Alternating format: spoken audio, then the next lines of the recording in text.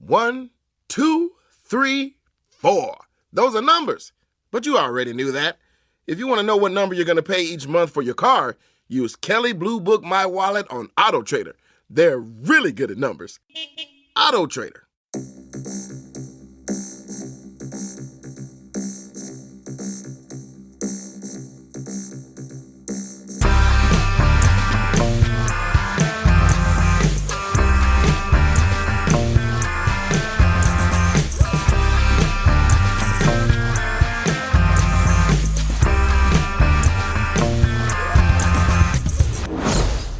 All right, and welcome to Unequal Sequel Extra. I think it felt that all was right. Weird. You sounded that good. Was weird. This week, we're doing things a little bit differently. I'm hosting, and Dave's answering all the inane questions. Oh, God. I'm sorry, everyone. Have you filled yourself with knowledge about our subject, Dave? I've watched the film. Okay. That's good. And That's I know good. a little bit about the man who makes the film. And I like the film. And I like the other film. So... And what is it that we're talking about today? We are talking about, it's the 15th year anniversary of Clerks II. It is. 15th anniversary of the release of Clerks II in the UK. Oh, okay. So that's a very important thing. It came out on the 22nd of September in the UK, but it came out in like May in America. Did it? Yeah. It was one of them, was it? Yeah. No. And it was out in March. It was at the Cannes Film Festival in like March as well. Clerks But 2 anyway, opened in Cannes. Yeah. Brilliant. Yeah, but yeah, so 22nd of September 2006, Clerks II, Kevin Smith's first proper sequel. Yeah. I think all Kevin Smith films kind of meld into each other, which is sort of what I love about them. But this is his first like proper actual sequel. Yeah. Quite a big deal at the time. Quite kind of roundly liked, I think. I like to think so. There are Kevin Smith fans like me who just love everything that he does. And then there are the critics who are kind of up and down. But I think most people like Clerks 2 and thought it was a good choice. What about you, Dave? Did you like it? I did like it. I was about to ask, did you go and see this in the cinema when it came out in 2006? I think I did. Right. I think you're I more hardcore went than to me, aren't you? see it with... Because I think it was just before I went back to Cheltenham. I think I was living with James, our friend James, in his rubbish little house in Bognor. Yeah.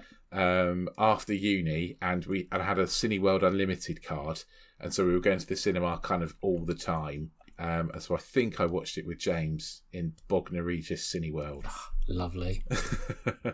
What about you? Did you see it at the cinema? I did not. I remember buying it on DVD, and this is weird.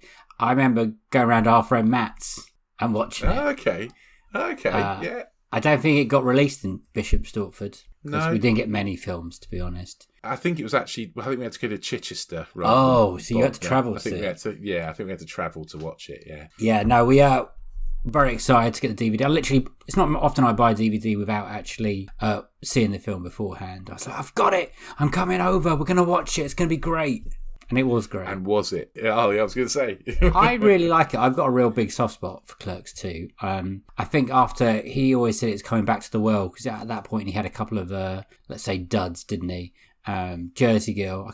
Some people say duds. I like Jersey Girl. I will defend Jersey Girl. I talked about this on the Sequelizers live stream when I was on there. I will defend Jersey Girl. I think if you rewatch Jersey Girl now, it's better. It's a better movie than people gave it credit for. Do you know what? I value your opinion, but you're wrong. It's crap. It's not. It's good. It's all right. I really like Kevin Smith, but I can't get on board with the Jersey Girl. And it's got a banging soundtrack. It's got a really good soundtrack. I don't remember that. I recently went down a Kevin Smith black hole. Oh. I went down his hole. And I watched Clerks, Clerks II. I watched Chasing Amy. I watched Mallrats. I watched both of his, In the Evening with Kevin Smith's. And that's probably... Oh, and I watched Dogma. I can't leave Dogma out of the good ones. But Dogma's my favourite, yeah. And I also watched Strike Back, but I'm not a massive fan of Strike Back. My favourites are the Mallrats, the Clerks, and the Dogmas. And I don't mind Chasing Amy. Some of it hasn't aged brilliantly, to be honest. I dislike Chasing Amy more than most people do, and I didn't really like it at the time either. I don't think I didn't watch it until I was at uni, and we were already studying things like the male gaze and Laura Mulvey stuff. And okay, I at that point I was like, this is wrong. Yeah, it hasn't aged well. Not a lot of his stuff has aged well. His humour is quite immature. Yeah, you could say a lot of that about Clerks II as well. Some of it don't think I'm allowed to say, actually. Some of it's quite close to the knuckle. But some of it's also quite true. Yes. The movie references I get more than the... I was wondering, because you're such a big Lord of the Rings fan. Yeah. There is a bit in this where they sort of pan Lord of the Rings, and that is a direct quote from Kevin Smith when he did his Evening with Kevin Smith too. Yeah. Where he just kind of says Lord of the Rings is just walking about. Well, on one hand, he's not wrong. There is a lot of walking. And on the other hand, he's completely wrong. It's fucking brilliant. I got to see Kevin Smith do one of his Evening with when he came to England. I don't know when it was. It was after Cop Out, and he told all the stories about him and Bruce Willis and stuff like that. And I think he told the same. He sometimes tells the same stories that he has in his films, and that was one of them. And I was shaking my head a lot about that. But I find it funny because you can, other people's opinions can be funny. Even though you don't disagree. And like, no, you're right. That's literally all he did. They just walked a long way, but there was stuff going on at the same point. So, I mean, he pans Transformers as well. And what? How do you still like him then? Well, it's just like you say. People are allowed their opinions, aren't they? Yeah. And I would listen to Kevin Smith talk about pretty much anything. I think I find him a wonderful person to listen to. Not absolutely. Sometimes on his old podcast when he would get stoned, they'd be out of it, and some of the stuff was proper random. I wasn't always on board for that, but his storytelling, like when he tells the Prince story or stuff like that, or when he's talking about his friends, it's really good. He's really good. I love that. A lot of people criticise him for just having his friends in his movies. Yeah, but I love that. I love that he has his friends in his movies, and I like trying to spot them. There's a lot of them in Clerks II. For me. Yeah, they're all in Clerks II. Everyone, even like his daughter's in Clerks II. Like, Harley Quinn Smith is the little girl that waves to Randall when he's all sad and depressed in his car. Oh, I like that. I love it. I love that he gets all the people he likes in his movies, because it's what I would do if I was making movies too. Yeah, me too. I'd get all my friends to be in it, and I think it's a good thing. It's never a bad thing. Favourite scene from Clerks II? Favourite scene?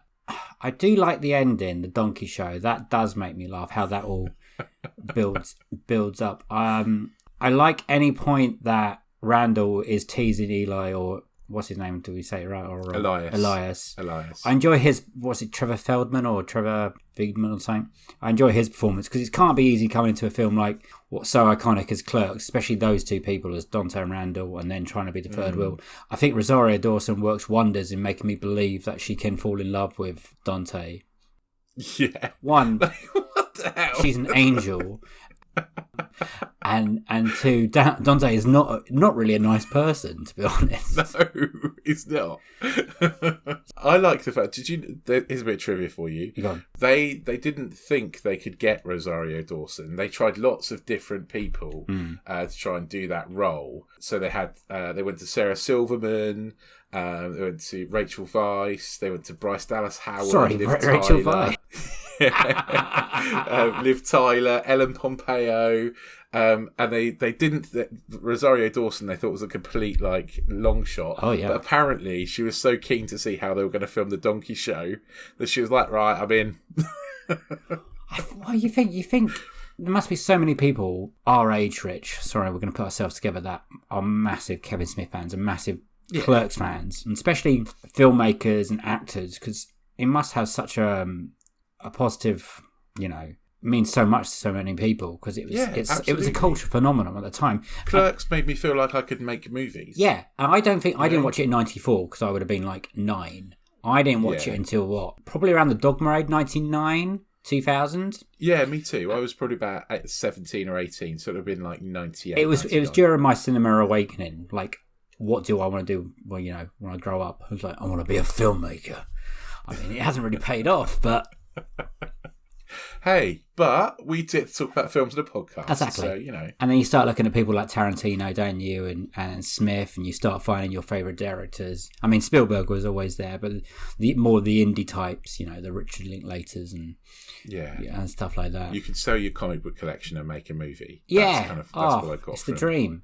And you can put like you said, you can put your mates in it and still make it. And all you have to do is max out like 4 credit cards and, you know, use sell your comic and use what's around you. So use where he worked and stuff like that. He shot at night. It's just inspirational and there's some. I think it's still you know, holds up today. Are you a fan of Clerks still? I am. I mean, it's not my favourite. Like, Dogma is my favourite. Well, yeah. Kevin Smith movie. Dogma was the most complete Kevin Smith film, as in... Oh, yeah, absolutely. It's really smartly written. It looks good, which was sometimes of his other films let down. It's not too pretentious as well, because sometimes he likes the sound of his own writing, which is fine. Which, again, I like. Yeah, I like it. I like a wordy writer. I like a Sorkin. Yeah. Or you know, but Dogma Kevin works as so you don't need to be a Kevin Smith fan to like it. You can just watch and be like, oh, this is a cracking film. I think other films of his, you either love it or you hate it. True. And Clerks, I don't hate any of his films. And you've watched them all recently, haven't you? I've watched them all. Yeah, I watched them all very recently because we did the episode, the live stream with the Sequelizers guys, all about Kevin Smith, where we did a Kevin Smith World Cup of Kevin Smith movies, ranking, basically. Yeah. And yeah, so I have watched them all, and I like all of them. There are some I like more. I even relatively like Yoga Hosers, and that's his worst movie by a long stretch. Worse than Cop Out. I haven't seen Yoga Hosers or Tusk. Yeah, it's worse than Cop Out. Yoga Hosers is worse than Cop Out. Tusk, I like Tusk, but I think I might be the only one from what I got on the Sequelizers with the Sequelizers guys. But yeah, I don't hate. There's no Kevin Smith movie that I seriously dislike, right? And but Yoga Hosers is on the cusp. But yeah, I mean, I love that. I love that we're talking about this film 15 years later because it doesn't feel like 15 years ago. No, I've got to be honest. Well, I was just saying that. I was like, oh, you asked me, do you want to watch it before we talk about it? I was like, oh, no, I've watched it recently. And then that recently turned out to be 9 months ago, just before Christmas. And it seems like yesterday. Yeah. I think it's aged quite well. I think it's aged reasonably well. There are a few, as with most Kevin Smith movies, there are a few jokes in there that are a little bit aged poorly, I would say. Yes, I would say probably not very acceptable then, to be honest. But you know, I'm thinking about the slogan that Randall puts on his back. I'm not quite sure how offensive that is, so I'm not going to say it because I don't know what it means, and I'm not educated enough to understand the meaning of the words. So, but I can imagine that's not good. No, I don't think so. Cool. I'm not going to say it then. I've got to ask: were you disappointed when they filmed it in colour? No, I wasn't, because it's not like he filmed the first one in black and white for aesthetic reasons. He filmed it because he couldn't afford colour. It's not like he wasn't trying to be edgy.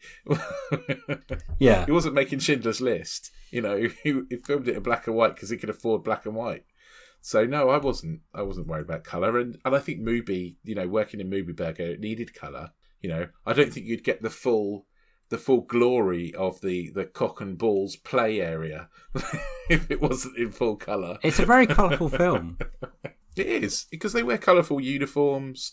It's a colourful. The Movie Burger place is a colourful place. I wanted one of those shirts for such a long time. One of the purple movie shirts, and I think I've grown out of it now. But when I watch it, I'm like, oh, maybe one day. I still want one. Yeah, that'd still be cool to hang up or something. And I kind of like the fact that, they end the movie back in the quick stop, but this time they own it. Yeah. Because Jay and Silent Bob lended the money. Can't believe we've spoken to 15 minutes and we haven't actually mentioned Jay and Silent Bob yet. No, we haven't. Because, it is a Jay and Silent Bob movie, but this is more about a Randall and Dante movie, isn't it? Really? This is paying some homage to some characters that Kevin Smith clearly loves, and rightly so. Jay and Silent Bob are kind of secondary characters in this, which is, I think, is the right. Yeah, how many years has it been? So, what was the year difference between Clerks 1 and 2? Oh, no, you're asking. Yeah. So Clerks 94, 1 came out in... Is it 94? Was it 94? Was it that early? Could be. Have I got it completely wrong? No. I think you're probably not far off. 2000s. So this, Clerks II, obviously 2006. We're talking about the 15th anniversary. Let's have a look. Yeah, 94. Yeah, first one was 94. I quite enjoy that every 15 years or whatever it is, decade. Let's just say decade. It's because it's over a decade that we pop in with these characters. Yeah, and checking in and see what they're doing. And I loved that they had not moved on at all. I mean, they're still working like convenience store level jobs, and that's no offense to anyone that works convenience stores levels, but they always had bigger dreams. I think the thing is, though, well, Randall didn't, to be honest. Well, no, I mean, Randall's very happy doing what he does. There's a whole big thing about how Randall's happy doing what he does. Yeah, you know, he's happy like doing a dead end job and laughing at the customers and hanging out with his best mate. You know, Dante's the one that wants to move on, and then when he gets the opportunity to move on, it isn't actually what he wants. Yeah, after all. So you know, but I have a feeling in Clerks III, then he's going to have. He will have been forced to have slightly moved on. They've still moved on a little because they own the store now. And he's a father now, right? Because she was pregnant. He will be a father, yeah. Because Rosario Dawson, is pregnant at the end. But yeah, he was going to. The whole premise of the film is it's Dante's last day at Movie Burger because he's moving to Florida with his fiancée, who is played by Kevin Smith's wife, and that must be weird filming those kind of scenes because they spend a lot of time snogging each other on a swing. On a swing, in a playground that looks like a penis. Yeah. but then he obviously realises he has feelings for Rosario Dawson's character. I mean, who wouldn't? Yeah, and it turns out that they have slept together and he's cheated on his fiancée already, and Rosario Dawson is pregnant with his child. So he ends up not going to Florida and sticking around. And the Jay and Silent Bob lended the money to buy the Quick Stop back. After the donkey show. After the donkey show. Which Randall basically organises him a donkey sex show to celebrate his last day. What's your favourite scene? I think rather than the last scene, I think I have a favourite shot. Okay. So my favourite shot is the very slow backwards pan from them standing behind the very last shot, essentially. Oh yeah, with the cameo standing behind the counter, and very very slow pan back into the Quick Stop as it slowly fades to black and white and the colour drains out, and it's almost like you're back in 1994. Yeah. Because they're in exactly the same place. It's Kevin Smith's mum still counting eggs, isn't it? Oh, it's Kevin Smith's mum. I'd forgotten about that. Yeah. Cameo from the original Clerks. I just like all the little pointers towards the original Clerks and stuff. It was made for fans at that point. And it's made with love as well, isn't it? Yeah. It's not made cynically. It's not made to make money. Sometimes we get sequels that are made to make money and to cash in on these things and cash in on the nostalgia. And whilst this is a nostalgic sequel, it's not a cashing in nostalgic sequel. It's a genuine affection for these characters. I think he got burned a lot with the Jersey Girl experience, that he just in the end of the day wanted to go back to making a film that he would find fun making and with his friends and family again. I think it was he tried something different and it didn't pay off, and I think he felt like he didn't want to do anything different anymore because he'd done Cop Out before this as well. Was Cop Out before this or after this? I think Cop Out was before. I think Cop Out's after this. Oh, you could be right.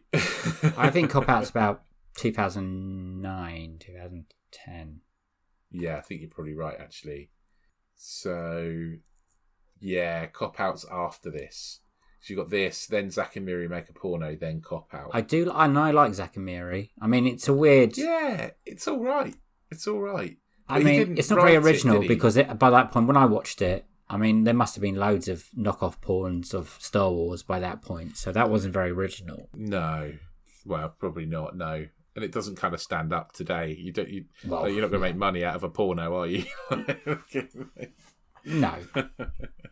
People make money from porn because they shoot like 60 pornos a week. No, but I enjoyed seeing Seth Rogen do Kevin Smith dialogue. And I enjoyed Elizabeth Banks doing Kevin Smith dialogue. But it sort of felt like a Judd Apatow movie, which happened to have Kevin Smith direct it. I think that's why they thought it was going to make money, but then it didn't. No, it didn't. Hey, there we go. Yeah, it's still a decent enough film. Like I say, I don't hate Jersey Girl. I think it's all right. But yeah, Cop Out. Cop Out's fine, but Bruce Willis doesn't. It's not fine. It's far from fine. Let me defend. Not say let me defend Cop Out because you can't, because it is toilet. But Bruce Willis basically it was dead before he even started the cameras rolling because he wasn't interested. He just was interested in the payday. And Tracy Morgan, if anything, is trying way too hard to carry that film, and the storyline's not great. But I don't have any criticism of Tracy Morgan in that film because I think actually, I don't think that's a criticism. Tracy Jordan as well, but yeah. Oh yeah. But yeah, I don't have any criticism of him because I think if you're working with someone who's as miserable as Bruce Willis looked in that film, it can't be easy. You have to try extra hard, aren't you? Exactly. That was probably I think one of his first big films. Old Tracy, what's his name? Tracy Morgan. Tracy Morgan, but I've done 30 Rock, haven't I? Yeah. Tracy Jordan is what he is in 30 Rock. Sorry, mate. So what are you thinking about Clerks 3? Have you got any predictions for Clerks 3? Right, Clerks 3. This is good. This is a tough one because it's like head over heart. It's like my heart is like I can't wait to see Clerks 3. I can't wait to see what these characters do and what they're up to and how they're still, best of friends but also worst of enemies kind of thing. And I can't wait to see how they squeeze in Rosario Dawson, making me believe that she's in love with Dante. And I'm happy they've brought back all the characters again, Jane, Silent Bob, but it could be a car crash, couldn't it? Because I wasn't a massive fan of Reboot. No, I don't think a lot of people were. I don't think Reboot was as bad as some people do, but I certainly don't think it deserved 92% on Rotten Tomatoes or 93% or whatever it is. But it's crazy. I do think, hopefully, it's going to be funny. I'm looking forward to maybe again seeing what other characters pop up from the universe. See if we see Brody or whatever again. Well, yeah. I mean, it was supposed to be. So, I mean, Jason Lee is in Clerks II. That's another character. But that's. Well, yeah, because it was supposed to be Matt Damon, and Matt Damon had to pull out of filming really last minute, and so they managed to. Jason Lee had a day off from My Name Is Earl. Which is why he looks like Earl, because he literally had a day off and came and did it on his day off. I did think that, but as story wise, I don't know where else they can go with working in the quick stop. Have we seen that? I mean, we've seen them in their 20s, we've seen them in their 30s, I guess now is... Well, we're very different people from what we were in our 20s. I'm definitely less than an idiot. Oh, God, yeah. And even my 30s, still an idiot. And now I'm still an idiot. So, yes, it is interesting to see how people grow up. It's like any films like this, like After Sunset, you're popping in after 10 years. Films like this, like you come back every decade. It's always interesting.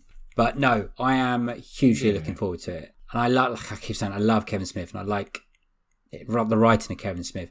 But more I watch Kevin Smith's films, I realise how much I enjoyed his early work compared to his late work. I feel I sound like a right dickhead. But... See, this is what happens when someone else is hosting. I am quietly confident, because if anyone can pull it off, it's him. And I'm glad he's making something he wants to make after, nearly dying. And thank God that didn't happen. So I'd watch anything with Kevin Smith in, or talk. What about you? What are you thinking? I'm looking forward to it. I think if he goes along the lines of Clerks II and he does a sentimental but heart-filled kind of homage, I guess, and looks after the characters well and treats them nicely and... has those same values, and we get to see all his friends again, and it's that kind of, it's almost like going to a school reunion and seeing all your people you liked. I think that's, although if I went to my school reunion, I'm not sure there'd be many people I liked, but hey, but yeah, it's like going back and seeing all your old friends again. So I think it'll be nice in that way. Am I expecting groundbreaking cinema? Probably not. But let's be honest. Do you know if Scott Mosier's producing? I hope so. I presume so, because he produces everything, doesn't he? He's in Clerks II, actually. Scott Mosier. Yeah, he's the when Dante opens the toilet door and shouts at Randall, he's the shocked father sat with his child. I love little jokes like that, stuff like that. I think it's great. Oh God, it's gonna be good. It's gonna be good. It's gonna be good, and if it's don't have any pretensions that it's going to be groundbreaking, I would say, but it'll just be nice. It'd be a nice revisit of those characters that we love. I like his family, right? I like how he puts his family in the films. I don't want them to be centre of the films again. Is that horrible? You've not seen Yoga Hosers, have you? No. Yeah. I could probably agree with you. I also, hopefully, he's not going to have Johnny Depp because, Johnny Depp's not been good in the two that he's been in. Do you not want Moose Jaws then? I mean, I think Moose Jaws could have potential, but that's coming from someone who quite liked Tusk. I like the weirdness of it. So you're just a Kevin Smith whore, aren't you? You just take what you can get. Different. No, I appreciate that his later stuff is not as good as his earlier stuff, but I can also appreciate the fact that he's doing something different. Tusk is completely different. It's like the Mighty Boosh make a horror movie, which I know you don't like the Mighty Boosh. That's not your thing, but I quite like that kind of surreal weirdness. And, so I quite liked it. I found it quite touching. It's a horror. I mean, it is a horror, but it's a weird horror. It's not a horror that you're going to watch and go, oh, that was scary. It's a horror you're going to walk away from and go, oh, that made me feel strange. So where would you rate? So you got Dogma number 1, you got Yoga's number 10. Yeah. Where would you put Clerks 2 and all that? Yeah, quite high. So probably Me too. 3 or 4, I would say. Probably 4, because I think for me it goes Dogma, Mallrats, Clerks 2. Maybe I think is the. I think I prefer Clerks 2 to Clerks. Really? Okay. No, I don't. I prefer Clerks to Clerks 2, but maybe that's nostalgia rather than actual objective. Because I think if I'd preferred it, it would have been in my top 10 of films that I like more than sequels. I was about to say I prefer it because it's a better made film, but so are most things, to be honest. Yeah, so that doesn't hold up in my argument. I just find it funnier. Clerks 2. Yeah, well, that's fair. That's all right. Yes. We want to hear what everyone else thinks of Clerks 2. If they liked it or don't like it, I'd be interested to see how it holds up, or are we in the minority? And also, so you can do all the social stuff. That's what I'm about to do. That's your job now.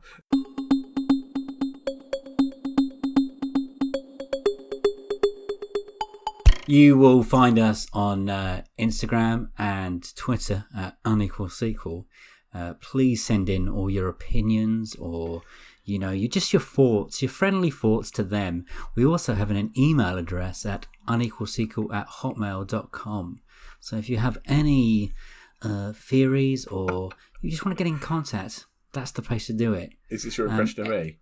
No, that's just trying to do my informative speech.